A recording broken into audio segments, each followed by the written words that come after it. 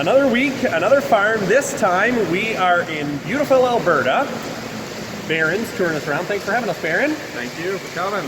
So we are on your dairy farm, Barron, and you've just finished up morning milking. Yes. Maybe you can give me a rundown as to the process. What does your morning look like as you go through morning milking? So 5 o'clock we'll get up, and as my brother and father chase in the cows behind our milking parlor, I'll slowly start milking them. We have a hired hand that will come in and give us a hand. Milking goes pretty fast. Within an hour we're done, and then we can get on with our day. We be feeding right after, and then maintenance for the rest of the day. And summertime is field work. So now, as we were watching you do that milking this morning, can you give me an idea, kind of that step-by-step process that you do? The cow comes onto the parlor, then what? We'll spray her with iodine once she comes on. What's iodine? Iodine What's is it for? like an antibacterial. It'll disinfect the teat, and we'll clean the teat end, wipe it, and attach the unit. And all this is done within 12 seconds. And just with our current milking system, we have to be fast and efficient and move through cows in a very reasonable fashion. Anytime we stop the rotary, we find that the cows get stressed. So we like to keep things moving and keep the little production line going as smooth as possible. And then they back out of that parlor, and then where the cows go themselves? So the cows, majority of the cows will go back, lie down in the stalls or eat, and we try to get as much hours of the day to get that eating and sleeping time in. There will be cows that we sort for mastitis, or we notice an infection or a sickness. Also herd health or breedings. Any kind of breedings, we can automatically sort them onto the sort gate, and then they will fall into the catch pen. So now a cow gets sick, for instance, and you have to treat her with an antibiotic. What do you do with that milk when she is being treated? So as soon as we notice on the rotary there's one with mastitis, we'll treat her and move her to we have a sick cow parlor, and we keep all milk separate between our sick cows and our hospital barn and our production barn, and that way we don't have to have any risk of contaminating the system with antibiotics. So that milk, it's not going to be shipped? It will not be shipped. There is no way it can be part of the food chain. It will not come into the food chain, will not come in with the other milk. We try to keep it separate. There's heavy fines and rigorous testing all the time.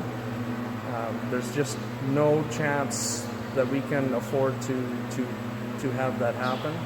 As a cow heals up from her infection, whatever it may be, we will test the milk, and we have our own on-farm tester, and as she clears the test, then she's moved back onto the rotary, back into the production herd. So no antibiotics in milk, no ever? No antibiotics in milk whatsoever. There's no way that can happen. No way that can happen. So now, we were also in the calf barn. Maybe you can give me an idea. So a calf's born. Probably this pen in behind you is the ones that are going to be the next ones to calve. What happens next? We give them colostrum from a colostrum bag. We don't try not to use any of our own colostrum just because we don't know our immunoglobulins. Sometimes you'll have heifers that are a little low on that. And using the processed bags, we know what's in there. It's a guaranteed immunoglobulin rate. And from there, we give them 2 feedings of that, and then move on to pasteurized milk. And do pasteurized milk all the way up until about close to 100 days. They get bottle fed for the first 2 weeks, and then they move on to an automatic calf feeder, and that calf feeder will increase their milk intake from 2 liters all the way up until 10 liters every day. Over a 80-day period, it'll increase their But milk. they'll drink 10 liters a day. Yes, up to 10. That's their max. Yes, Yep. up to 10 liters a day. Yep. And then it'll wean them off slowly up to it'll be about a 15 or 20-day wean period, and it'll mimic the exact thing that would happen in nature with a cow as the cow kind of dries off. So from there, while the calves are weaned off, then we move them into a cold barn, and then they start onto a silage, like a full mixed ration. Oh yeah. Yep. And then they basically are on that, just in different types as they keep growing until they're in the herd milking themselves. Yes, that's right. Yep. Yeah. Like, from all the stuff that we've kind of chatted about, it sounds like one of the most important things to you is making sure that those animals are healthy right from Yes. calf to cow. Yes.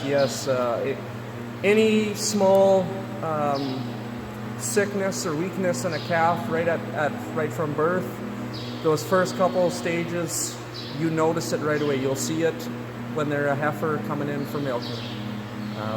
We try in every way possible to avoid any of those chances that you get calves sick, or it's our future investment. Mm-hmm. You know, it's what brings us a good future in milk. So now, I mean, it's one of those things that, like, dairy farming is not really, you don't get a lot of days off. You put a pile of hours in. Yeah. Why do you like being a dairy farmer? Why do you go through all the work? This is generational. We're a 4th-generation dairy, and it's something that we grew up into as kids, and we're very passionate about. It's, like you said, it is a lifestyle, but growing up with it, we don't really know much different. You don't know how to take it easy. No. Trying to think of. But, Well, appreciate the tour today, Barry. all right, thank you.